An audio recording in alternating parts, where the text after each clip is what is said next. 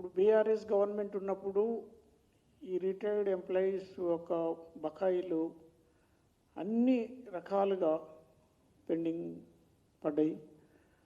తర్వాత ఈ Congress government election ముందు వాళ్ళందరికీ వాళ్ళు ఎప్పుడైతే స్ట్రైకులు చేస్తున్నప్పుడు పోయి లేకుంటే వేరే ప్రతి మీటింగ్లలో వరంగల్ సభలో అన్నిట్లో వాళ్ళు ఏం చెప్పారంటే మేము పవర్లకు రాగానే మీ సమస్యలు రిటైర్డ్ అయిన ఎంప్లాయీస్ సమస్యలు అలా స్పెషల్గా టీచర్స్ అన్నీ మేము సార్ట్అవుట్ చేస్తాము, మీకు ఇమ్మీడియట్గా సెటిల్ చేస్తామని చెప్పారు.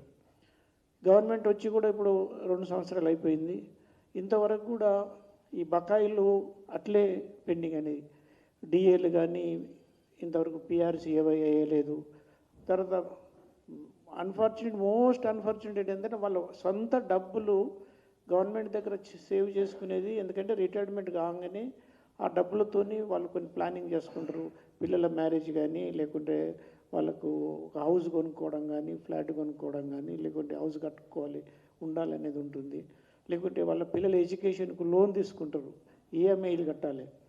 ఈఎంఐలు కట్టి వాళ్ళు చెక్కులు ఇచ్చి ఉంటారు. మాకు ఏంటంటే రిటైర్మెంట్ రాగానే డబ్బులు వస్తాయి, దాంతో మేము లోన్ రిపే చేసుకోవచ్చు లేకుంటే అవి.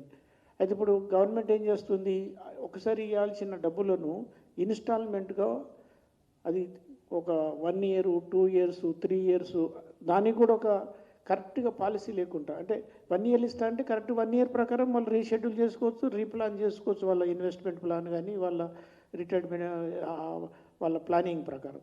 కాబట్టి అది ఎప్పుడు వస్తాయో తెలియకుండా అన్సర్టనిటీ ప్లస్ ఇది కాకుండా కూడా రిటైర్మెంట్ బెనిఫిట్ ఒక ఇష్యూ. తర్వాత హెల్త్ ఇష్యూలో వాళ్ళకి 2 lakhs రిటైర్డ్ కాగానే హెల్త్ బెనిఫిట్ అది ఇచ్చేది ఉండే. అంటే ఏది ప్రాబ్లం ఉన్నప్పుడు 2 lakhs, దాని 2 lakhs 1 lakh తగ్గించారు. ఆ 1 lakh కూడా అది కూడా టైంలో ఇవ్వట్లేదు. అంటే అన్ని రకాలుగా అంటే సొంతం దాచుకున్న పనులు కానీ గ్రాట్యుటీ కానీ పిఎఫ్ కానీ తర్వాత మన pension old pension new pension వాళ్ళకి కూడా ఆ డబ్బులు టైంలో ఇవ్వకుండా చేస్తూ ఉన్నారు. తర్వాత 4-5 మీటింగ్లు పెట్టారు, కమిటీని వేశారు, కమిటీ సజెస్ట్ చేసింది. ఇప్పుడు ఇంతకుముందు చెప్పినట్టుగా ఎవ్రీ మంత్ మేము 700 crores ఇస్తామని చెప్పారు. అది కూడా ఒక మంత్ ఇచ్చి మళ్ళీ ఒక మంత్ ఆపేశారు. కాబట్టి రిటైర్డ్ బెనిఫిట్ అయిన ఎంప్లాయీస్ కొంతమంది ఏమవుతుంది, ఈ ప్రాబ్లమ్స్ ఎక్కువ అక్యూములేట్ అయ్యి కొంతమంది చనిపోయారు కూడా ఎంప్లాయీస్. అంటే వాళ్ళు ఒక 30-40 years గవర్నమెంట్ సర్వీస్ చేసి తర్వాత వాళ్ళ ఓన్ ఫండ్స్ వాళ్ళకు అంటే లీగల్గా వాళ్ళకు వచ్చే డబ్బులను కూడా వాళ్ళకు టైంలో ఇవ్వకుండా గవర్నమెంట్ ఈ విధంగా సతాయించడం ఎక్కడ లేదు. ఎక్కడైతే ఇప్పుడు గవర్నమెంట్ ఆఫ్ ఇండియా మన మోడీ గారి ప్రభుత్వం బీజేపీ గవర్నమెంట్ ఉన్న స్టేట్లు అన్నింటిలో కూడా ఇటువంటి పరిస్థితి ఎక్కడ లేదు. అంటే స్టేట్ గవర్నమెంట్ తరఫున కానీ బీజేపీ రూల్డ్ స్టేట్స్లో లేకుంటే గవర్నమెంట్ ఆఫ్ ఇండియాలో కానీ టైంలో పిఆర్సీ వస్తుంది, డిఏలు టైంలో వస్తున్నాయి, తర్వాత హెల్త్ ఇన్సూరెన్స్ ఉంది, ప్రతిదీ ఒకటి కూడా టైంలో వస్తుంది. ఓన్లీ అన్ఫార్చునేట్గా మన స్టేట్లో అందులో తెలంగాణ స్టేట్లోనే ఈ ప్రాబ్లమ్స్ ఉన్నాయి. కాబట్టి గవర్నమెంట్కి ఇంట్రెస్ట్ ఉండి పే చేయాలనుకుంటే ఇది అంత పెద్ద ఇష్యూ కాదు. ఎందుకంటే compare to other payments like ఇప్పుడు వేరే కాంట్రాక్ట్ కానీ కన్స్ట్రక్షన్ పేమెంట్స్ లేకుంటే అదర్ పేమెంట్స్తో కంపేర్ చేస్తే ఈ రిటైర్డ్ అయిన ఎంప్లాయీస్ ఈ ఫండ్స్ చాలా తక్కువ. అంటే గవర్నమెంట్ ఫోకస్గా చేసి డబ్బులు ఇవ్వాలంటే వాళ్ళు ఇవ్వచ్చు.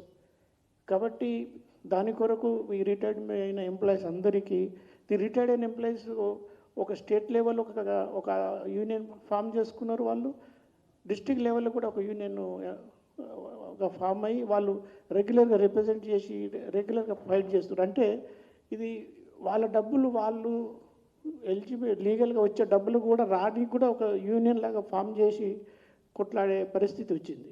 కాబట్టి మన బీజేపీ తరఫున పార్టీ తరఫున తర్వాత మేము ఎమ్మెల్సీలు మా ఎమ్మెల్యేలు ఎంపీలు తర్వాత పార్టీ ప్రెసిడెంట్ గారు తర్వాత ఆఫీస్ బేర్స్ అందరూ కూడా దీనికి మేము సపోర్ట్ చేస్తూ ఉన్నాము. అందులో మీ ఎమ్మెల్సీలను కూడా మేము ముందుండి దీన్ని ముందుకు తీసుకెళ్ళి ఈ గవర్నమెంట్ ఎంప్లాయీస్ రిటైర్డ్ అయిన వాళ్ళందరి లీగల్గా వచ్చే డబ్బులు వచ్చే వరకు మేము దీన్ని కంటిన్యూ చేస్తాము. అవసరమైతే కౌన్సిల్లో కూడా మాట్లాడతాము, అసెంబ్లీలో కూడా ఈ ఇష్యూను లేపుతాం. అయితే ఇది కంప్లీట్ ఇంతవరకు కూడా మాట్లాడిన దాన్ని కూడా దానికి లాస్ట్ సెషన్లో కూడా అడిగాము, క్వశ్చన్ అవర్లో కూడా రేజ్ చేసాము, తర్వాత అసెంబ్లీలో కూడా రేజ్ చేశారు. కాబట్టి ఈ ఇష్యూ సార్టెట్ అయ్యే వరకు మేము కంప్లీట్గా వాళ్ళతో సింపతిగా ఉండి మేము కంప్లీట్ స్ట్రైక్ చేస్తాము. పార్టీ కూడా సపోర్ట్ ఉంటుంది. కాబట్టి మా మీడియా మిత్రులందరికీ కూడా రిక్వెస్ట్ చేసేది ఏంటంటే ఇది ఒక జెన్యూన్ కాజ్ కాబట్టి మీరందరూ కూడా దీన్ని ఎక్కువ ప్రచారం చేసి రేపు ఏదైతే ఈ ధర్నా చౌక్లో ఈ మా ధర్నా ఉందో దీనికి సపోర్ట్గా మీరు మంచి కవరేజ్ ఇచ్చి రేపు కూడా మీరు అందరూ అక్కడికి వచ్చి దీన్ని మంచి కవర్ చేసి సక్సెస్ చేయాలని కోరుతున్నాను.